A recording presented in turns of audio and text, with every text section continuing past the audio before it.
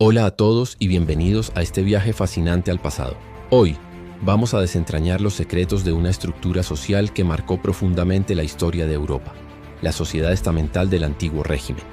Prepárense para descubrir un mundo donde el nacimiento lo era casi todo y donde los privilegios y las cargas estaban distribuidos de una forma muy particular. ¿Listos para viajar en el tiempo? Vamos a ello. Para entender el antiguo régimen, necesitamos visualizar una sociedad dividida en grandes grupos, casi como pisos de un edificio, y a estos grupos los llamamos estamentos. A diferencia de nuestras sociedades actuales, donde al menos en teoría puedes ascender o descender socialmente, en el antiguo régimen, tu estamento venía definido por tu nacimiento. Esto significaba que, salvo contadas excepciones, nacías y morías en el mismo grupo social. Y cada estamento tenía sus propias leyes, derechos y deberes. Era una forma de organización social y política basada en la desigualdad legal, donde los privilegios no se ganaban sino que se heredaban. En la cúspide de esta pirámide social teníamos a los estamentos privilegiados. Aquí es donde encontramos a la nobleza y al clero, lo que se conocía como el primer y el segundo estado.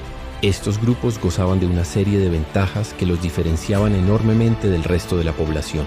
Primero, y quizás lo más importante, estaban exentos de pagar la mayoría de los impuestos directos.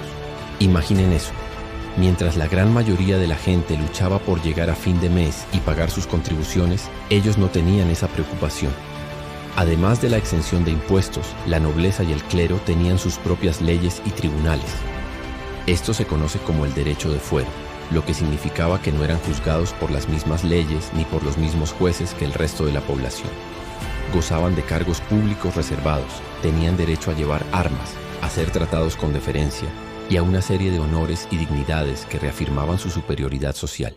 Por ejemplo, en algunos lugares, un noble no podía ser encarcelado por deudas o un clérigo solo podía ser juzgado por tribunales eclesiásticos. Pero no solo eran privilegios legales y fiscales, también tenían un inmenso poder económico.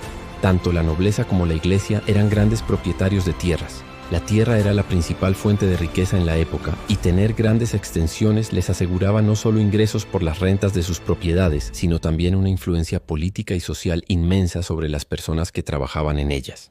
Las tierras de la nobleza a menudo eran heredadas de generación en generación, asegurando la continuidad de su riqueza y poder. La iglesia, por su parte, acumulaba propiedades a través de donaciones, legados y diezmos, lo que la convertía en una de las mayores terratenientes en muchos reinos.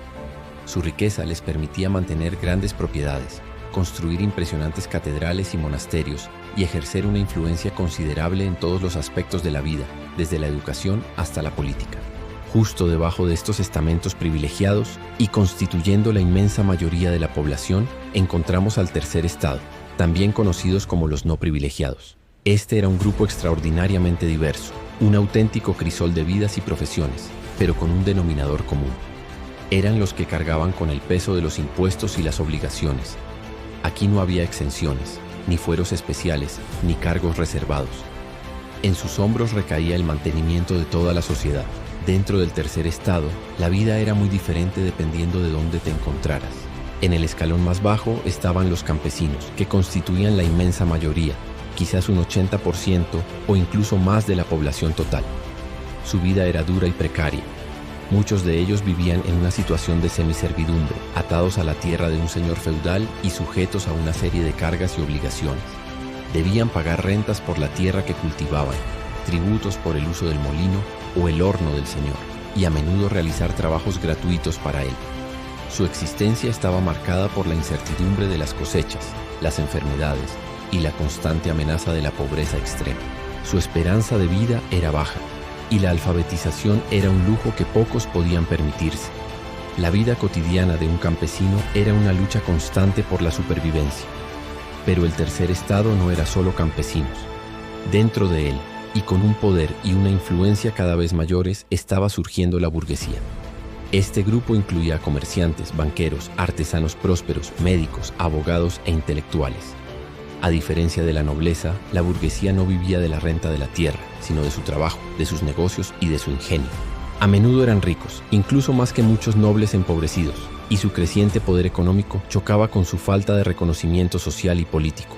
No tenían privilegios, estaban sujetos a los mismos impuestos que los campesinos, y se sentían frustrados por no poder acceder a los puestos de poder a los que su riqueza les daba derecho. Eran la fuerza motriz de la economía, financiaban proyectos, innovaban, pero el sistema estamental los mantenía al margen del poder real. Esta contradicción sería una de las semillas de grandes cambios en el futuro. Ahora, algo muy importante que debemos aclarar. El antiguo régimen es posterior al feudalismo clásico de la Edad Media. Sin embargo, muchas de sus estructuras parecían haber sobrevivido, transformadas en los señoríos feudales. ¿Qué significa esto? Pues que aunque el rey centralizaba cada vez más el poder y los siervos ya no eran propiedad del señor en el mismo sentido que en la Edad Media, los nobles y el clero aún mantenían lo que se llamaban señoríos. Estos señoríos eran grandes extensiones de tierra donde el noble o el clérigo ejercía una autoridad casi absoluta sobre los campesinos que vivían y trabajaban en ellas. El señorío no era solo la propiedad de la tierra, sino también el derecho a ejercer funciones de gobierno y justicia sobre sus habitantes. Imaginen que el señor era una especie de pequeño rey en su dominio. Los campesinos del señorío, aunque técnicamente no eran siervos en el sentido medieval, sí estaban sujetos a una serie de cargas y obligaciones para con el señor. Por ejemplo, debían pagar rentas por el uso de la tierra, que podían ser en dinero o en especie, una parte de la cosecha. También estaban sujetos a los derechos de monopolio, o derechos de bando, lo que significaba que debían usar obligatoriamente el molino del señor para moler su grano, su horno para cocer el pan, o su prensa para hacer vino pagando por ello, por supuesto.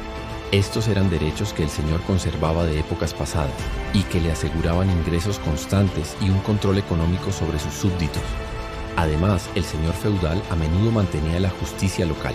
Esto quería decir que era él quien juzgaba los pequeños delitos y disputas que ocurrían dentro de sus tierras, cobrando multas y aplicando penas. Aunque la justicia real existía, la justicia señorial era la que estaba más cerca de la vida cotidiana del campesino. Todos estos elementos, aunque no conformaban un feudalismo puro como el del siglo XI, eran reminiscencias muy fuertes de ese sistema y representaban una pesada carga para el tercer estado. El señor no solo era el propietario de la tierra, sino también la autoridad, el juez y el cobrador de impuestos. En resumen, la sociedad estamental del antiguo régimen era un sistema rígido, basado en la desigualdad legal, donde los privilegios nacían con las personas.